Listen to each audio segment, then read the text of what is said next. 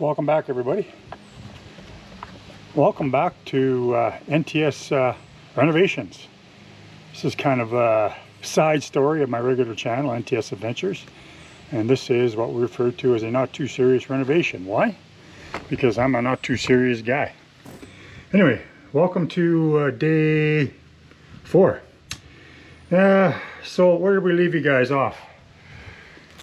I was having a hard time concealing my patchwork here in the corners.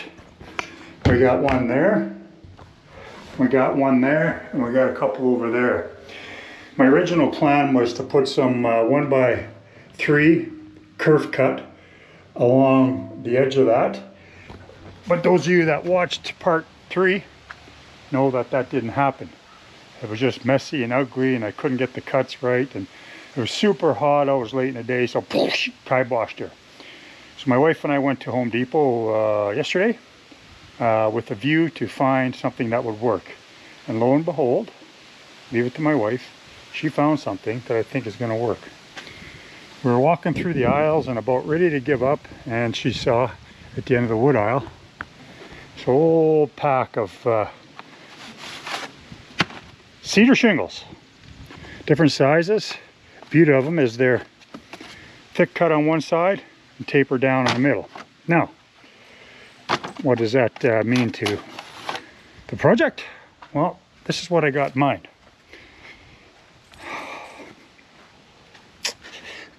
So my original plan was to cut them like this and go around the edge of it and conceal it. But I started to think last night, why wouldn't I blend it in with the actual wood? Like that.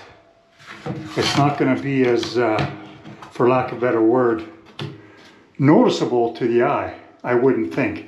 And over time, I'm hoping that's going to blend in with that. And that should cover that, and then I'll caulk it, and we should be good to go. And it tapers off nice like that. Basically trying to find a piece that matches close to the width of the board. Doesn't have to be perfect. And I'm going to go up like this until I get her concealed. So boom, boom, boom, boom, boom. And I'll do the other same on the other side. Good idea. To be determined. I think it's probably the best solution I could come up with at this time. But that's what we're going to start off with this morning. We're going to get those holes patched up, or concealed if you will. And then I'm going to get these benches in. I'm going to try and get these benches in. The original owner, I'm assuming the original owner, maybe it was the second owner, the guy I bought it off, had both of these benches even. Well, I'm going to try something a little bit different, because like I said to you guys before, I like a hot sauna. I'd like to get up into the heat. I got some fin in me. Anyway, I'm going to try and move one bench higher than the other. Any traditional sauna I've ever been in, you have a hot bench, we refer to it. You go up and get steamed. Then you got a cool bench where you can go down and get a little cooler. We're talking marginal differences in temperature. What you doing, girl? What you after there, my good girl? What you doing, my good girl? What you got doing? What you doing, my good girl? Ho, ho, ho. Maggie having some fun this morning. She got a little bit cabin fever yesterday. Big torrential rains yesterday. Nobody could get out, including Maggie. Anyway, I digress. What was I talking about? Oh yeah, so I'm going to do a hot bench and a cold bench, meaning one bench is going to be slightly higher. The temperature difference is marginal. I get that, about 5 degrees, but when you're sitting in about, I don't know, 80 degrees Celsius, 75 makes a big difference. It just does. Those of you who have taken saunas before or know anything about saunas will get what I'm trying to say here. Anyway, so that's what we're going to do. We're going to get the back patched. We're going to get the benches on. Now, I'll see how it goes. I might even try and tackle putting the stove in today. Again, it's all based off time. Those of you that do these sorts of things know that once you put a plan together, once you drive the first screw in or drive the first nail in, you might as well chuck that. A lot of times you might as well chuck that plan out the window. And we'll see how that goes. So, big day today. Lots I hope to accomplish. We're going to get at it right now. Life is good!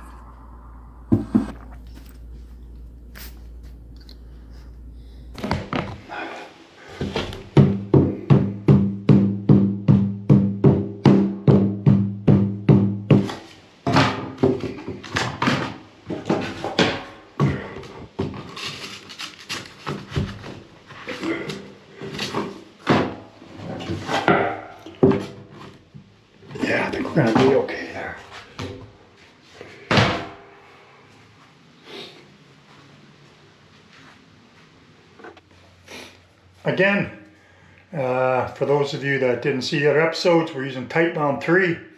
Very, very high heat, very resistant to heat and cold, and drastic temperature changes. Really good glue. So I've been told. That's what we're going to start with. There's a piece there. We're going to go there.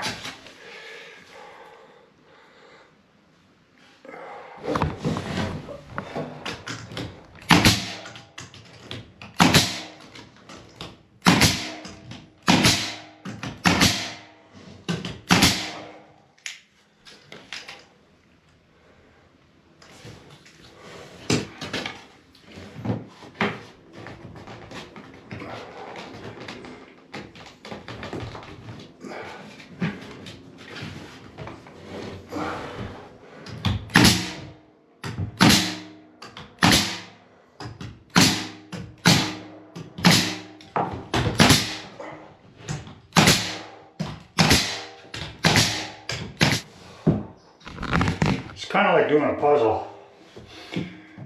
I'm hoping that over time this is going to blend in.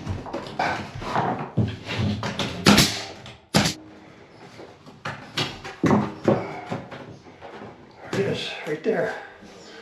That's the one. Alright, you can see where I'm going with this. When you step back, it doesn't look too bad actually. Once I get the benches in there, I think it's going to blend in nicely.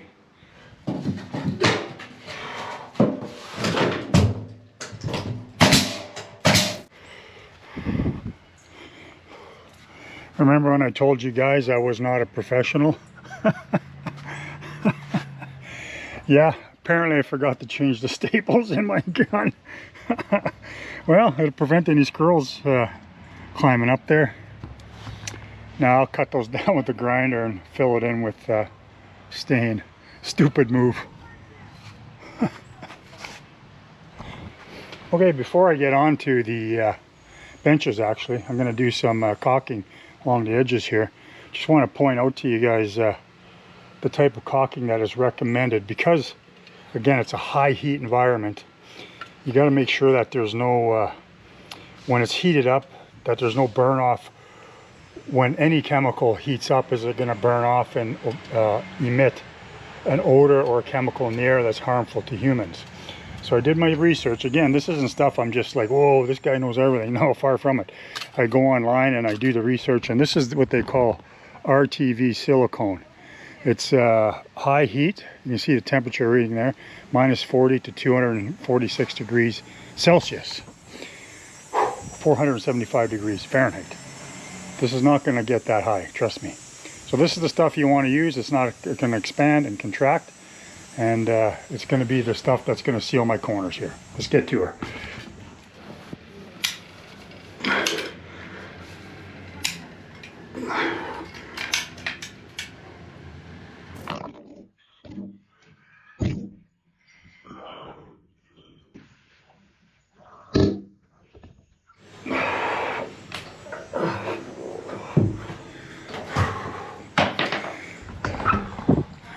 Nice clean seal there.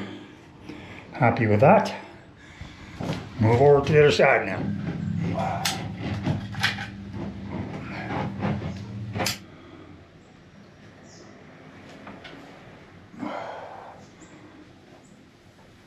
Pretty happy with that. I might have to go up here yet, we'll see. But those are my priorities. I'm pretty pleased with the way that's sealed up.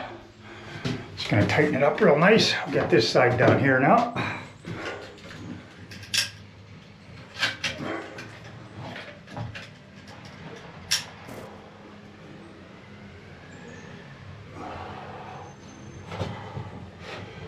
All right, that's good for now. I might have to seal up a few other places here and there. The top isn't so bad. Not worried about that right now. There's these bottoms here that needed that sealing, so I think that's going to do her. Let's get on to the benches. Hang in there.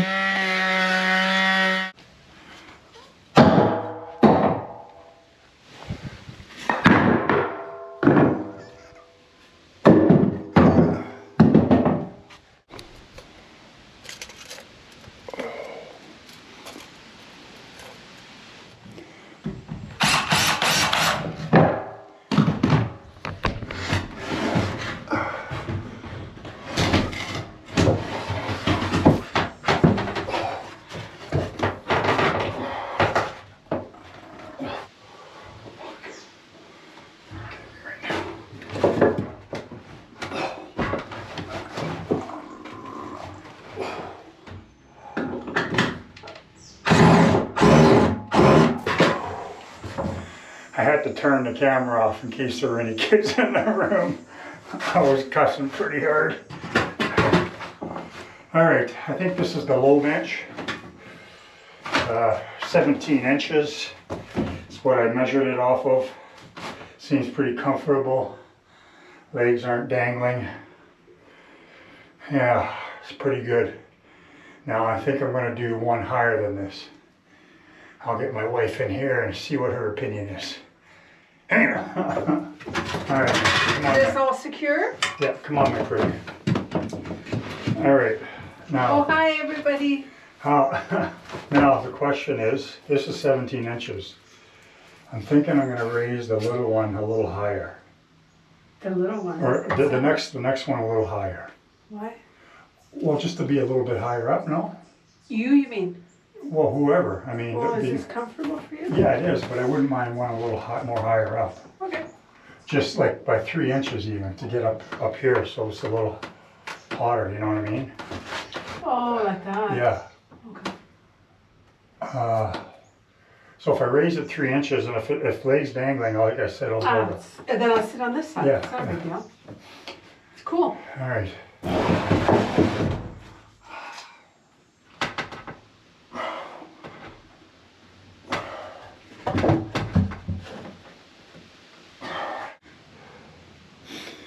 All right, benches are in. Starting to look like a sauna now. As you can see, my repairs don't look too obtrusive anymore. They're not in your face. Yeah, they're noticeable, but Annette and I are hoping with time that cedar will fade.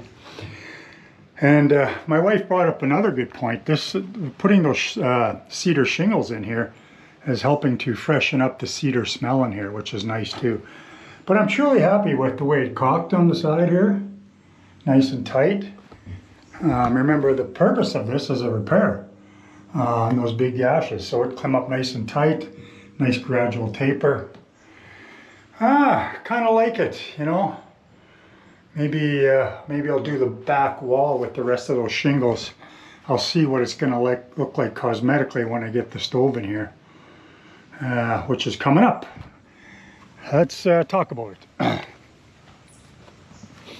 So you remember way back a couple episodes ago, I pulled this piece out here, which was this piece right here.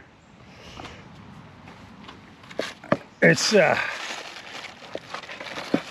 pretty rotten, and I just happened a piece of I guess that's 2 by 8, maybe 2 by 10, can't really tell.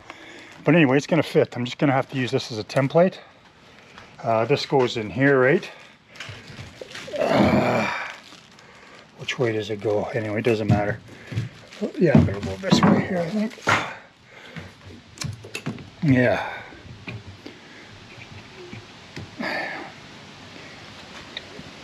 Anyway, it was sitting in there. So now I got to clean this up a bit and put the new piece in. So that's going to be the width right there. And then I'll do the flashing, because I want to cover up these burn marks here, because that obviously is going to be a problem. So I'm going to flash it so that the corner of the flashing is on this side, and that should prevent any further burning on there, theoretically. All right, let's get to her.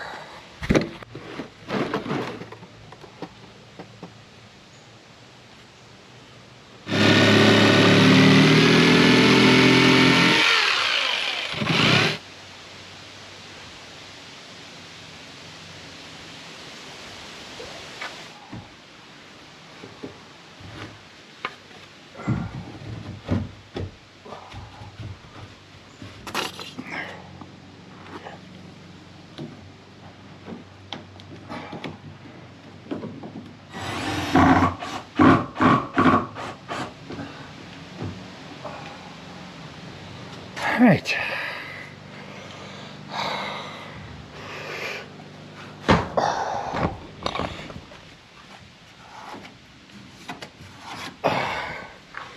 Pretty happy with the way that turned out.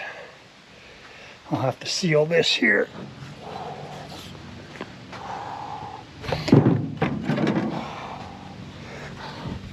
Back here it's going to be a bit hodgepodgey. It does need some work, and also because, well, who cares? It's in the back.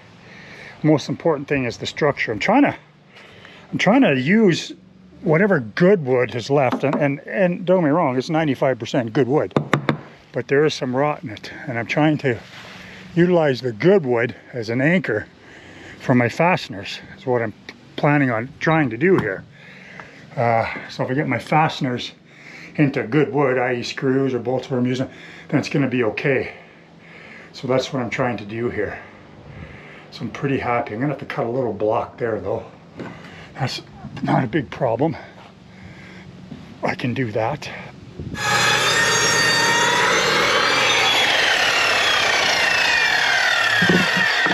And let's go see how high I need it. Just like putting a puzzle together now, my friends. That's all we're doing here. Okay, that's gonna be good right there. Good. I've used every last drop of this stuff, man. It's gold. It's freaking gold. This stuff's so expensive. But I think it's gonna be good. A lot of people boasting about it. Now this is how you precisely drop wood glue onto a piece that you're working on. This here is more precise than the putty knife line. It truly is. This is incredibly precise right here. Whew. Oh, I got that so precise. It's unbelievable. Let's give it a little tap, tap, tap, tap, tap, tap. Yeah, exactly. And all you naysayers are out there going, ah, that's not good. That's junk, blah, blah, blah. All right, well, what do you make of that? Eh? What do you make of that? Should I go all the way up there or down here to the hole? Just right there is where I'm going to go, because I'm probably going to trim around there. So I don't want to go too high because that's going to be trimmed. So I'll get that in. A little janky, I know, but again, it's in the back. It's going to be covered up. Stove's going to be there anyway. I'll throw some stain on that. It'll blend in pretty nice. You won't even notice it unless you're extremely critical eye coming over to my house telling me what I did wrong. Anyway, let's fix up a floor here. I'm thinking is the next thing I want to do. Yeah, I want to put something here, just cosmetic, because even though the stove is going to be covering that, from a certain angle you'll be able to see it. So I don't want to get too fancy. I just want to be able to lay a couple boards down there. I don't even think they're going to have to be tacked in. Just going to lay a couple boards in there and just to cover it up. So we'll see what the measurement of that's going to be. I'll grab a measuring tape and check that out. Let's try 33. It's 33.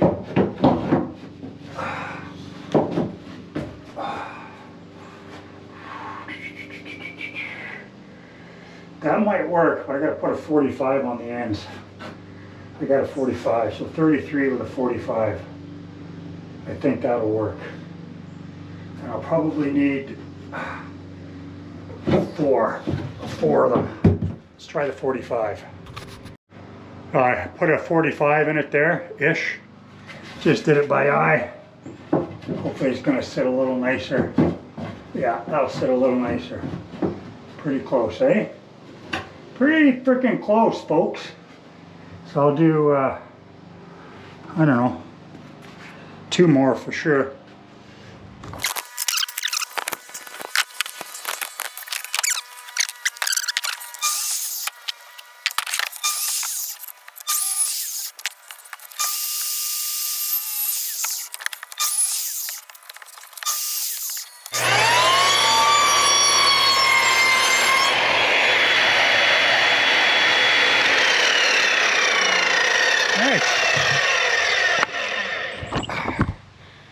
Let's take a look.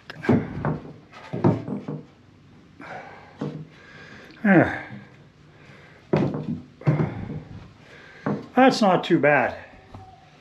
I'll probably throw a couple finishing nails in on the end there. And then I might even put a piece of cedar over there to cover it. I'll do that once I got the nail gun fired up again. But at least it's easier for the eye flow, right? Again, the stove is going to be covering this. It's not a major thing. I just wanted it to look a little bit more, I don't know, a little more presentable, if you will.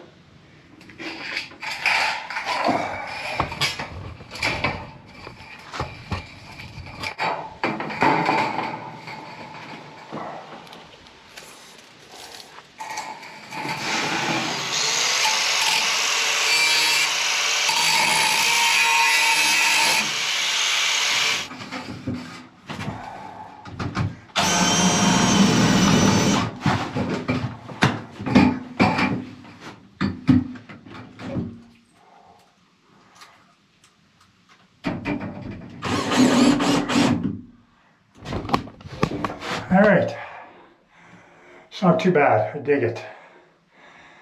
All right, trying to decide whether I'm going to put one here or not.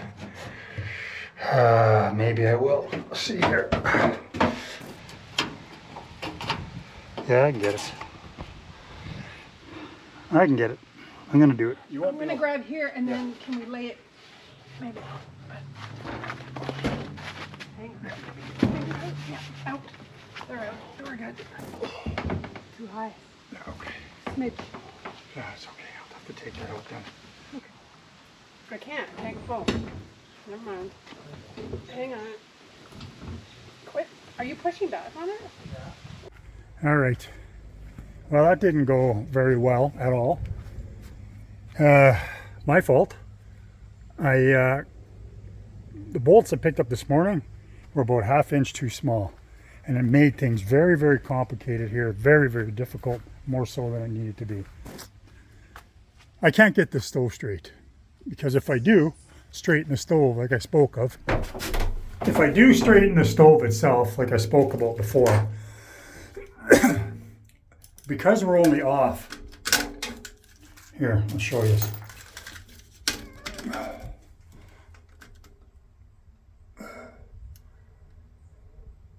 We're off about 1/4 inch. So that means the holes I would have to drill side by side in order to straighten it and to make it level. The problem is then you got like a figure 8 hole and it's elongated and things could move and shift. So that's not cool. I don't think that is going to suffice in terms of support. I think it could compromise the integrity of the wood in the stove because it's quite heavy. And it's very hard to do. You would need at least 3-4 people. And I just don't have 3-4 people I can bug to help me right now. So what I'm telling you, I think I'm going to live with it. I'm going to live with the 1/4 inch crookedness, if you will. And that's all there is to it. I think I'm messing around for no reason. Like my wife said, nobody else is going to see it but me. Anyway, that's all I'm doing today. I'm tuckered. I'm going to light a bit of a fire here, try and dry things out a bit in here, and then and that's it. I'm going to be calling her a day. And next time we'll be doing some final straightening up and some cosmetic stuff. We'll see you next time. Calling out. Life is good.